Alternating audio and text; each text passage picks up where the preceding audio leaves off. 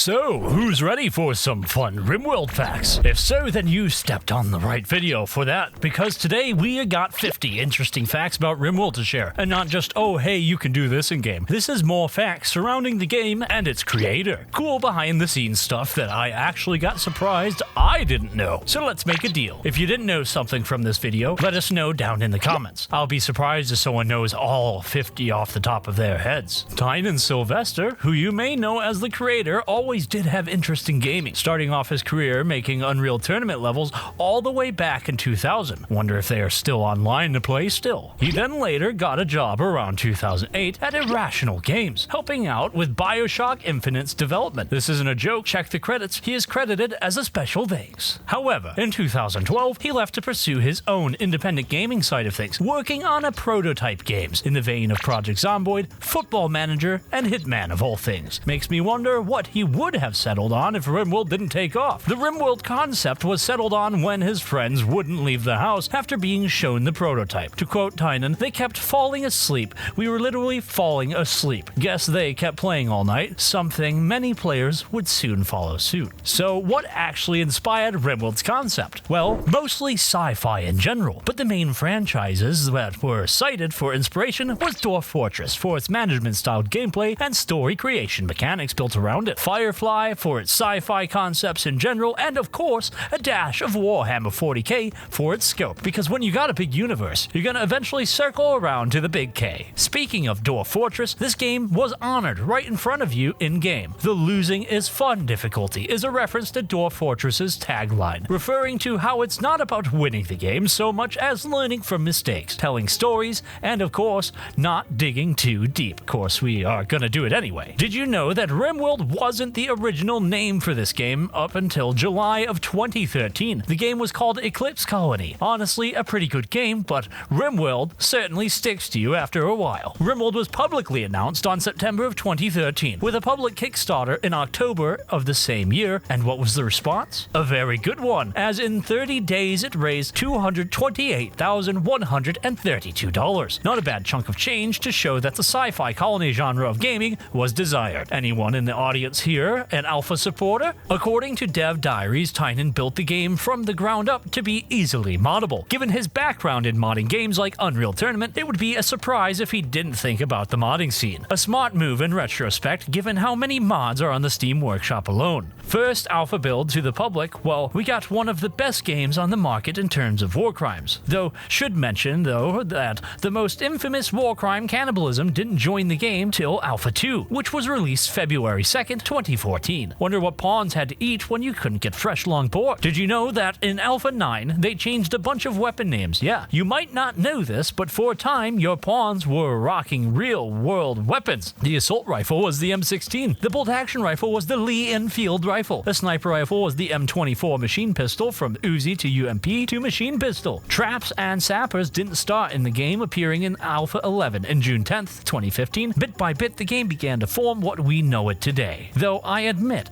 I kinda miss the days when you didn't have some neighbors to break through your walls and not through your lovely kill box. Though, something that didn't change was the Muffalo. The sprite made by Tynan himself was dated as early as Alpha 2, possibly earlier, and it has stuck around since then, making it the oldest sprite. Love the Muffalos and their fuzziness. Now, most people play RimWorld on Steam, but what you may not know is that Steam didn't get the public RimWorld released until July 14, 2016 with Alpha 14, and that's when this game started to get a bit noticed. Now, when you boot up the game, you may notice the tutorial section. That wasn't there in the beginning. That was added in Alpha 15, released August 28th that year. Also in Alpha 15 is the introduction for our favorite disease preventer, penicillin. Though, Noobert's allergic to that stuff in real life, if you didn't know. Though when it was released, only meant to block malaria. In Alpha 16, it was given its name change and the ability to prevent a bunch of illnesses. Though, in Alpha 17, it was reworked. Apparently, it originally just gave a pawn a big disease immunity boost, like from 0 to 60%. Now, it would do what we know today and prevent any new diseases, not prevent ones that are in progress. Now, here's something you might not know. In Alpha 16, that was when you could actually caravan, yeah. Back then, when you picked a place to stay, you stayed there. No moving off your tile to explore, trade, and raid. The first public beta release was out November 18, 2017, also about a year to the date before this channel started. started. It's a fun fact, this is where my writer Bren began to get into the game, with his first video out on September 29th, checking out the beta. Throughout the beta, the game would form into the basis that we all know and love, plenty of modders making their mark on October 17th, 2018. The game had its proper 1.0 release. So it took 5 years to go from alpha to full release. But did you know during that time, the game only had 2 to 3 devs working on it at a time? After the full release, the game got 7 devs, and we can see the improvements with more updates and, of course, DLC. Goes to show that quality, not quantity, was Tynan's game plan, and I can respect that. As of writing, the game has had 4 DLC releases. Royalty on February 4th, 2020. Ideology, July 20th, 2021. Biotech on October 21st, 2022, with Anomaly on March 13th, 2024, and the Noobert channel has been here for all of them. When the first 2 DLCs were released, people noticed they seemed to begin to spell out the word RIM, leading to the idea every DLC title would either spell out RIM or RimWorld. When Biotech came out, that threw out the theory. However, on April 1st, 2023,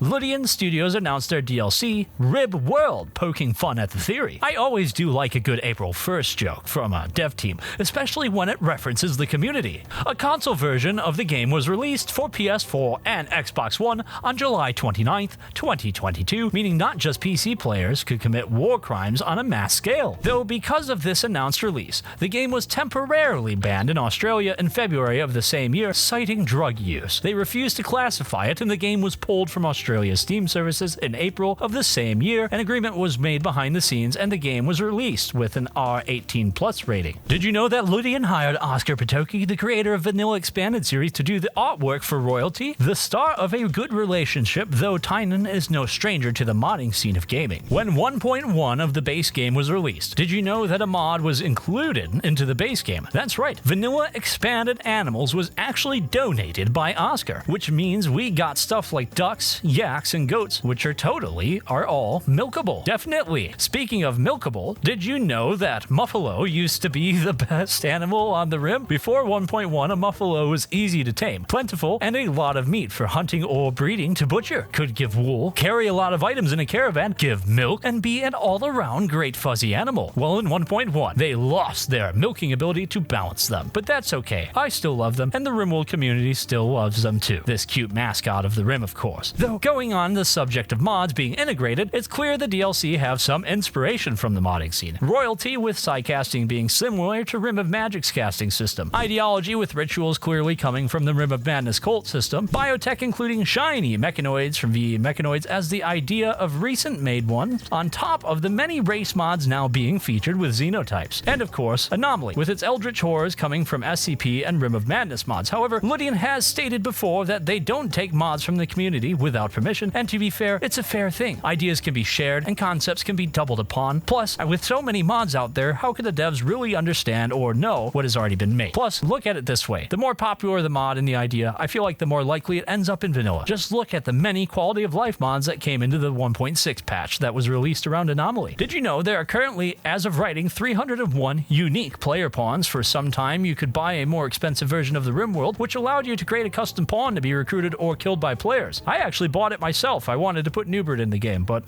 they wouldn't let me. Petition for Noobert.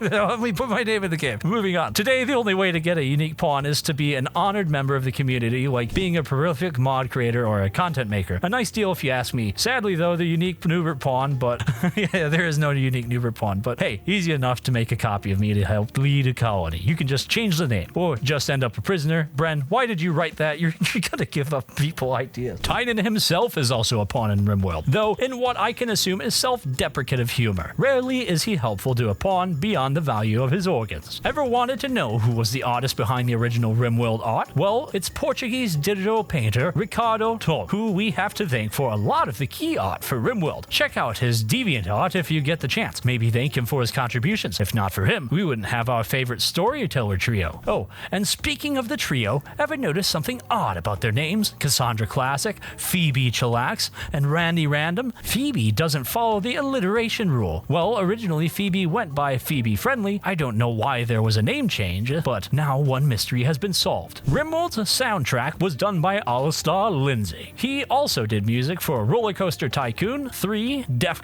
Dog's Life, and the fellow Kickstarter game Prison Architect. He does good work. Check out his YouTube and like Ricardo, thank him for his contributions. He also is the composer for the original DLC OST, all of which can be purchased to help support the game. I recommend it. Very good working music. Bren loves Waiting for the Sun. On January 31st, 2018, the game sold 1 million copies. The Kickstarter, by his own admission, expected only 1,000 sales from the Kickstarter. Did you know there are in-universe lore documents, not just one, but 3, the Longkeep Revival documents, the RimWorld Universe Primer, and the Cryosleep Revival Briefing are in-universe documents explaining the lore of the game. However, the first 2 are now considered obsolete. The Cryosleep Revival Briefing is considered canonical. All lore can be read on the wiki, or perhaps a useful video on YouTube could be listened to. Did you know the Empire from Royalty is based on a real-world civilization, the Byzantine Empire, also known as the Eastern Roman Empire? To quote Tynan, I'm getting Eastern Roman vibes. Look at how the Imperial characters are named. Did you know that in the universe of RimWorld, All Might is a superhero? An obvious reference to My Hero Academia. No idea if we get a JoJo reference in RimWorld, though. Did you know that the Xenophage's originator had a name? His name was Lord Explorer Varandur. He tried to control an Archotech entity, and for his trouble became the first Xenophage. I think we found our first JoJo reference. The Anomaly DLC takes a lot of inspiration from horror, but the works of H.P. Lovecraft, Cabin in the Woods, The Thing, and Hellraiser are cited as main inspiration. Did you know that Yayo's name isn't some RimWorld name? It's actually Spanish slang for, we can't say that word on YouTube, but you know what it is. The name was made by former drug dealer Santiago Luis Polanco Rodriguez, through mostly solidified by Scarface, namely the quote Chi-Chi, get the Yayo. Did you know that beer and wood are the only non-weapons that can be used as weapons? Still not very good though, and maybe we can get a rock soon. That would be nice. I would like to use a rock. How about the fact there are unobtainable weapons that can only be spawned in via dev mode? These are the mechanoid weapons, or turrets. Pretty neat to know at least. Did you know there is an impossible to obtain knife you can get? If you do the Lost Tribe scenario, you start with a jade knife, an impossible to make weapon. The irony is that the best damage is the handle bash, not the stab. Did you know there are some cut events? Bonded Animal and Master Death used to be a proper event, now simply just a death pawn event. Same with Machine Breaking Down was a proper event, now just notification. However, the Tornado was a proper event, threatening event in fact, that was taken out, now only appearing if you use a Tornado Summoner. Honestly, I'm happy for that one. Tornadoes ruined way too many of my old colonies, like a lot of them. Did you know the AI who contacts you about a ship you can take has a name? Charlon Whitestone. No one really knows what his deal is or why he knows any of your colonists. Oh, you did? But did you also know if you do the Arconex ascending path after you sell your base the first time, he will be gone? Guess he decided you weren't worth bugging, or he found some others to find his ship. And if you think he did find others, you were right. Go check out our animated series, Jug and Doe's Adventures. The pilot's been out for a while. Now, you may notice that when it snows, pawns might go out on their own and make snow pawns out in the yard, of course. But